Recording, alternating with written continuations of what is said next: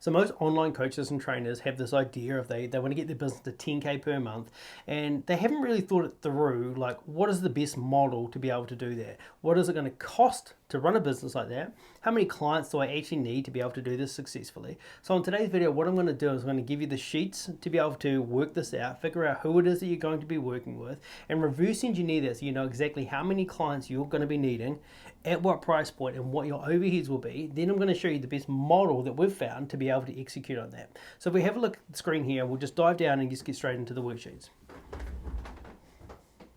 So if we have a look, this is the model that we've sort of been talking about, right? Now, some people aren't ready for this model specifically right now because they don't have a community, so they're just running purely on a content machine, trying to drive people into calls, and then probably just moving them into one offer. So we usually do two-tier offer, and I'll explain to you soon why we do two offers. But the content machine is so the content machine, let's just start with that, right? So when it comes to content, the problem that most people have is they're creating content for no one. They're creating content that's just about themselves or about people, not a person. So we have to go, well, let's create a dream buyer. How do we create a dream buyer? What is the biggest problem that your dream buyer faces that they want to change? So what actually is that? Not about the tools and the skills that we have.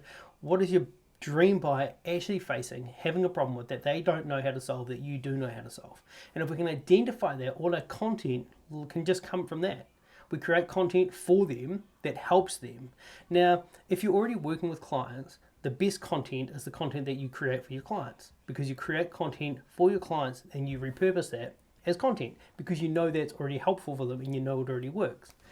Then we can have a look and go, what are the frustrations with the problem? So what is the frustrations that they're having on a daily basis in their life that by having this problem that you can solve, they will overcome? So even if we just start with those two things there, right? Like if you get that, then you've got a little bit of clarity around your content.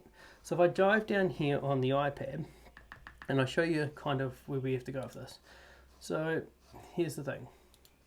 The first part about that is like most people haven't dialed in the person, like who it is that they are working with. Like, who is your avatar? If you can define who this person is, what their problem is, like what I mentioned here, specifically your dream buyer, if you can identify who that is, then when you come to this here, this is them, right? That's your dream. This here is your dream buyer. And if you can identify that person, then it comes down to this. Do you have the skills to help this person achieve their goals? And if you do have the skills to help that person, then we've got a tick. Now the last part of the puzzle, and this is where a lot of people miss out, is do they actually have the funds to invest in your program? So if you can find a person with a painful problem with their health and wellness that they're sick and tired of, they're wanting to move away from, or they're working towards a goal, if you can find someone like that and you have the skills to be able to help them, and then they've got the financial resources to put towards this, then you've got a winning formula. You've got all three. And then when we go to creating content for these people, right? So if we scroll down here and we go content, what we want to do is go with this person, the specific person that we're thinking of, what are some things that they're trying to get away from? And then also, what are they trying to get towards? So if I explain that really quickly, we go, if we write a list, and you can just write a list and keep a list here, write a list of all the things they're trying to get away from. I'm sick and tired of waking up in the morning with a sore back. I'm sick and tired of waking up in the morning and hating the way that I feel.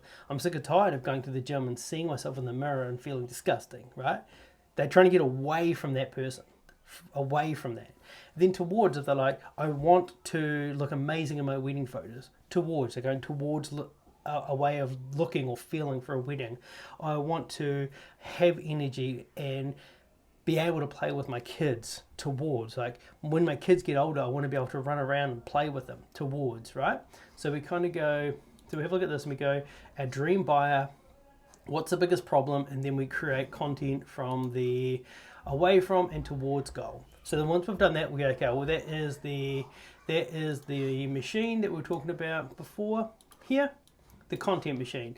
And if we're running paid ads and stuff, it goes to the same thing. If we can't get this right, it's going to be hard to get this right, but the same principles apply. We're creating our ads and our content towards that. Then what we want to do is start creating a community. Now the reason why we do this is like we can create a community of these type of dream buyers, right? And then we're adding value to them. So we would go, well, this model here probably is where a lot of you will be. So let's say they're going content machine and we're moving them to a conversation, we're moving them to a 45-minute call, and we're trying to drive them into product 1, product 2. Now I'll run through the maths in a minute here, but if we look at this and go product 1, product 2, if they don't buy, then we move them to a community, because then what happens is we can keep utilizing our content to help them achieve their goals with our content, with live calls, with DMs, whatever it is. Look after these people, move them into calls, and then we bring them back up into here. So for the same thing would apply here. We would have a content machine driving them towards either a call or a group. Then we go into offer 1, offer 2, or back to the group. Now, the reason why it's real important that we actually have a group like this is because if we spend $300, right, just a number, $300 to get somebody on a call and they don't buy, then if we bring them back into our community and get them back on a call later on, it hasn't costed us $300 to get them on a call again, right?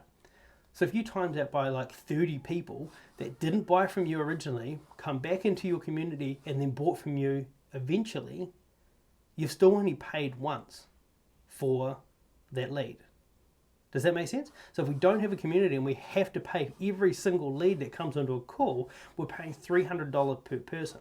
But if even over time we get 3 people from the community back in here, that's $900 we've saved per week from these calls. And that's why we want to go do this here, because that just is a complete different kettle of fish over time.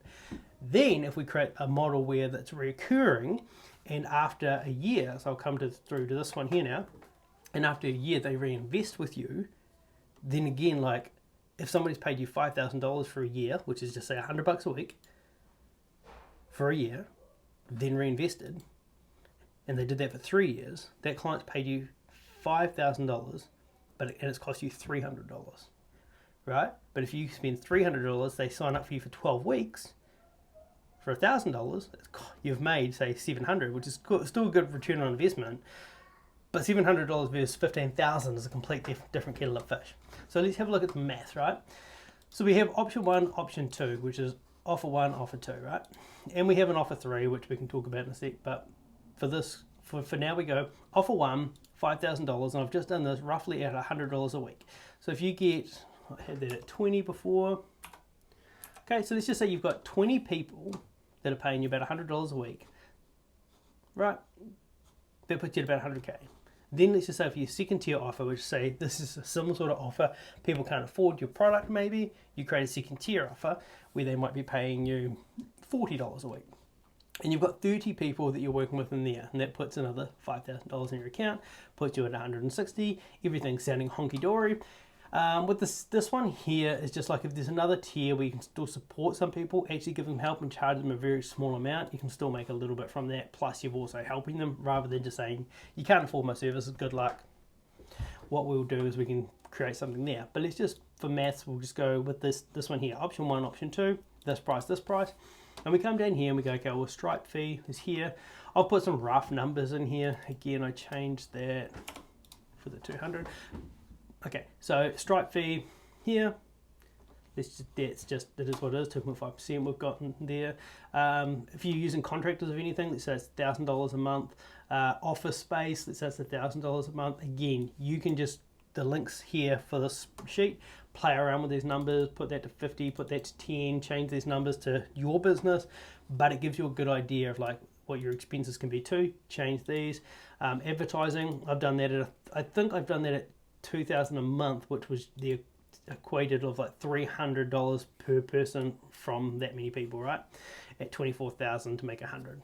Still pretty good, but the key would be like if they all stayed, you don't have 24,000, so that's in the bottom line later down the track. Tools and learnings, that's just like if you're getting support through coaching programs, if you're buying things to upskill and you're using tools and software, about 3K per month, right? And then I've also just put a profit share split there of 20%. That's just literally if you're using setters or salespeople or anything like that. If it's not, then just you can just click on that and turn that to 0. That's perfectly fine. But let's have a look. The reason why we have a look at this is go 160K, all honky-dory. We start paying that, and now we're left with 60k profit. Still pretty good, but just to give you an idea, if you're trying to make 100k per year and you make 100k per year, so let's say we take that away, left everything the same, the profit's pretty poor now, right? So we've got to make sure we know that going into the model that we're trying to do. Where are we cutting costs? First thing we'd do is people would cut the ad spend. That's crazy because that's how you got that in the first place. So where would you cut the costs? Hopefully that all makes sense. Again, the worksheet's just there if you want to have a look at it. But this is that model, man. So you go content, driving people into here, ads, driving people into here, technically into a call, but then into here. And then it's that same process. Create good content, add value to these people, get them on a call, and then just try to help them. So hopefully that all made sense, and hopefully that model makes sense. Like I said, the links are all down here below. If you like that video and you found it helpful, we create video and content like this every single week that's specifically designed to help coaches and trainers stay in the industry for the long term.